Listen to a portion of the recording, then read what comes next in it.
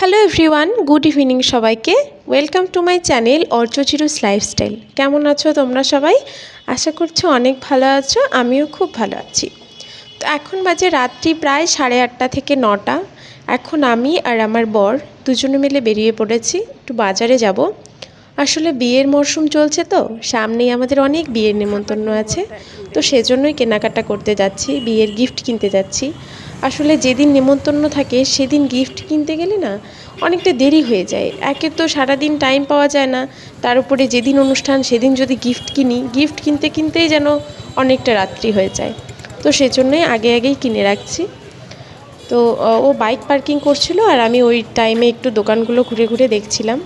সেরকম কিছু আর ভিডিও নেওয়া হয়নি।